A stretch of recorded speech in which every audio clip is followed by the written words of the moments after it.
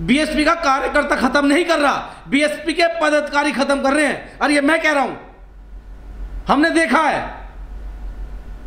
ये लोग मिलते नहीं है, बात नहीं करते हैं। इसकी जिम्मेदारी हाईकमान को लेनी होगी, हाईकमान को ठोस निर्णय लेने होंगे। उपचुनाव आप एक सीट लड़ते हैं, पूरा सिस्टम आपके साथ है, लेकिन फिर भी हम सीट नहीं जीतते हैं। मैं ऑन रिकॉर्ड कह रहा हूं, मुझे बता दीजिए कितनी सभाएं हुई। आजमगढ़ के हमारे जिलाध्यक्ष अजीत कपूर, हमने कहा भाई आप जाइए जिलाध्यक्ष से बात कीजिए और उनके साथ काम करिए, तो जिलाध्यक्ष कहते हैं कि किसी बाहर संगठन को बुलाना नहीं है।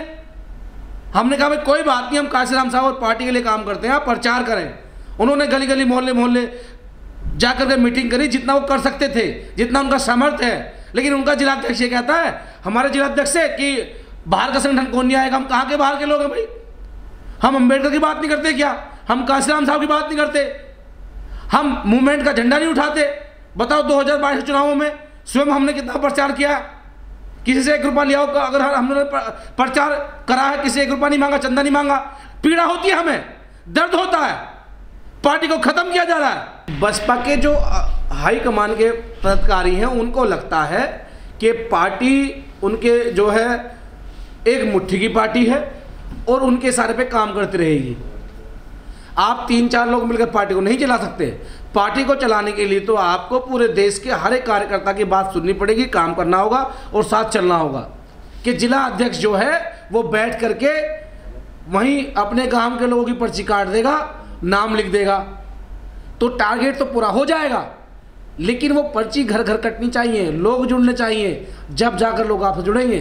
भाई हो सकता है पार्टी को चलाने के लिए फंड चाहिए, गरीबों की पार्टी है, लेकिन साहब अगर आप 200 रुपये भी ले रहे हो तो कम से कम उस व्यक्ति से मिल तो लो। लेकिन ये लोग जिला अध्यक्ष जो हैं वो पार्टी ना चला करके वो तो प्राइवेट कंपनी समझ बैठे, अपने घर पे पर्ची काट देते हैं, उसके बाद किसी का टिकट बेच करके अपना खर्च चला लेते हैं।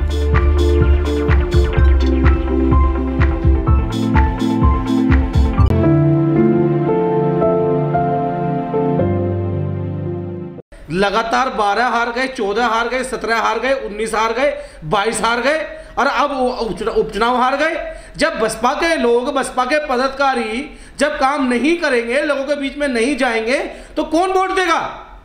आज तक कोई आंसू पूछने गया है? जो जुल्म जाती होती है बसपा के कार्यकर्ताओं पे, बसपा के पदाधिकारी सुनने तक नहीं आते, किसी का दर्द बांटने नहीं आते। कौन काम कर रहा है? कोई व्यक्ति काम नहीं कर रहा। मायावती को जो गुमराह किया जाता है, रामपुर में हो चाहे आजमगढ़ हो, भारतीय जनता पार्टी के लोग लेकर के एक विधानसभा से लेकर के और राष्ट्रीय अध्यक्ष तक काम करते हैं। उनके लोग, मुख्यमंत्री प्रचार कर रहा है, कैबिनेट मंत्री प्रचार कर रहा है, सांसद प्रचार कर रहा है, और हमारे लोग कितने प्रचार कर रहे हैं? कितने लोग घर घर गए हैं? कोई नहीं जाता। कार्यकर्ता पिटते, कोई आंसू नहीं पूछता। जो बसपा का जो कोडल वोट है, जो बेस वोट है, आज वो भी खत्म हो गया। ये जो 2,38,000 कुछ वोट मिली है गुड्डू जमाली को, वो उनकी व्यक्तिगत वोट है, वो वहां का क्षेत्रीय नेता है। जब लोग बाहर नहीं निकलेंगे, कैडर कैंप नहीं लगाएंगे, बात नहीं करेंगे, यूथ को मौका नहीं दिया जाएगा, जो लोग रोड पे पिटते हैं, धरने देते हैं, उनको तो ये गद्दार कहते हैं। उनको तो ये कहते हैं कि ये पार्टी विरोधी है। हम लोग काम कर रहे हैं, माननीय काशीराम साहब में आस्था रखते हुए, बाबा साहब में आस्था रखते हुए, ये लोग पूछने तक भी नहीं आते। आप बताइए चुनाव के बाद कितना मंथन हुआ, किनको जिम्मेदारी दी गई? वही लोग लुटेरे लग गए जो टिकट बेचते हैं या बदनाम करते हैं। शमसुद्दीन रैन की वीडियो वायरल हुई, 10 दिन के लिए उसको हटाया गया, वो फिर बैठ गया पश्चिम उत्तर प्रदेश में आकर के। एक भी नेता बता दीजिए जिसको हाई कमान ने एक्शन लेकर के हटाया हो। अगर आपको दुकानदारी करनी है तो दुकानदारी करें। पीड़ा होती है, दर्द होता है। हम लोगों ने पूरे 2022 के चुनाव के लिए, चाहे चंडीगढ़ हो, पंजाब हो, उत्तर प्रदेश हो, पूर्वांचल हो, पूरे युवा शक्ति दल को ताकत के साथ लगा दिया। रिजल्ट जो भी रहा हो, 80-20 का मतलब यह है कि भाजपा ने हर किसी में टकराव पैदा करा और उनके हाई कमानों के गले पकड़ रखे हैं, किसी के ईडी के नाम से, किसी के सीआईबी के नाम से, और उनको जो परेशान किया जा रहा है। बची कार्यकर्ताओं की बात, जब कोई किसी कार्यकर्ता की कोई समस्या है, और वो उस समस्या को हल नहीं करेगा तो कार्यकर्ता कहीं ना कहीं तो जाएगा ही। देखिए सपा हारी है, मैं मानता हूं, लेकिन सपा का वोट बैंक देखें, उसके बाद जो परिस्थिति वहां पर रही, जिस तरह का प्रचार किया जा रहा है, पुलिस डंडा बजा रही है, मार रही है, पीट रही है, तो क्या हाल पैदा हुए।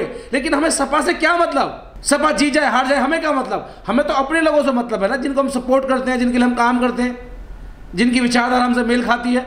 समाजवादी पे क्या फर्क पड़ रहा है, वो तो 38 से 111 125 पहुंच गए। जो समाजवादी के लोग इस बात को कह रहे हैं वो अपने हाई कमान से एक बार कहा दें कि दलितों में वोट नहीं देते, दलितों का हमें मतलब नहीं है। ऐसे कहने से नहीं होगा, ये पूरा प्रदेश पूरा देश जानता है। अगर 111 वोट समाजवादी को मिली है तो जो लोग हमारे भाजपा को पसंद नहीं करते उन्होंने समाजवादी को दिए, और वही जो समाजवादी को पसंद नहीं करते, बसपा काम नहीं कर रहे जमीन पे, तो उन्होंने समाजवादी के शासनकाल में जो अत्याचार देखा उन्होंने भाजपा को दे दी। हाँ तो वही तो बात मैं कह रहा हूँ, पर जो लोग समाजवादी को पसंद नहीं करते वो भाजपा को वोट दे रहे हैं, और वो जो कन्वर्ट हो रहे हैं वो कौन है, वो बसपा के वोट है। तो जो बसपा का वोटर किसी और पार्टी में कन्वर्ट हो रहा है वो किस लिए हो रहा है। अगर मजबूती से काम करे बसपा, तो जब बसपा मजबूती से काम करेगी तो जो वोट कन्वर्ट हो रहा है भाजपा को, वो वोट रुक जाएगा, और जब ये काम नहीं करेंगे तो क्या हालात पैदा होंगे।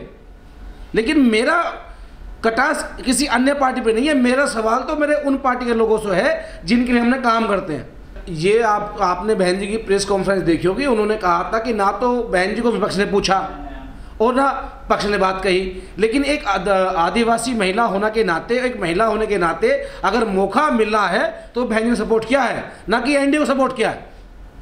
उन्होंने तो आदिवासी महिला है, 70-75 साल आज़ादी के बाद एक जो है अनुसूचित जाति की महिला को मौका मिला है, आदिवासी महिला को मौका मिला है, तो उन्होंने महिला होने के नाते भी और बाबा साहब के संविधान द्वारा अगर कोई मौका मिल रहा है तो उन्होंने समर्थन दिया, और देना भी चाहिए। लेकिन जब बात अब जो है लोकलिटी वोट की है, विधानसभा की, लोकसभा की है, जिनके परिणाम ज़्यादा मुख्य होते हैं, उनमें उनकी बात करें ना हम लोग। तो इनमें ऐसा क्या हो रहा है जो बसपा 0 पे होती जा रही है। देखिए ये बिल्कुल सत्य है कि संगठन जो है उसमें जो है बदलाव होना चाहिए, जो लोग काम कर रहे हैं उन्हें मौका मिलना चाहिए, चाहे वो संगठन के लोग हैं, पदाधिकारी के लोग हैं।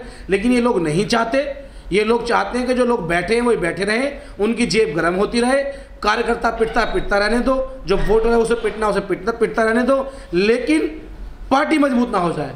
अब ये हाई कमान की जिम्मेदारी है कि उन्होंने किस तरीके से इस सिस्टम को खड़ा करके रखा है जो जनता तक बात नहीं पहुंच पा रही है। ना तो कोई मीटिंग करता है, बूथ लेवल की मीटिंग ये पैन पे बैठ के बना लेते हैं, जिला अध्यक्ष आता है, अपनी जेब गर्म करता है और चला जाता है।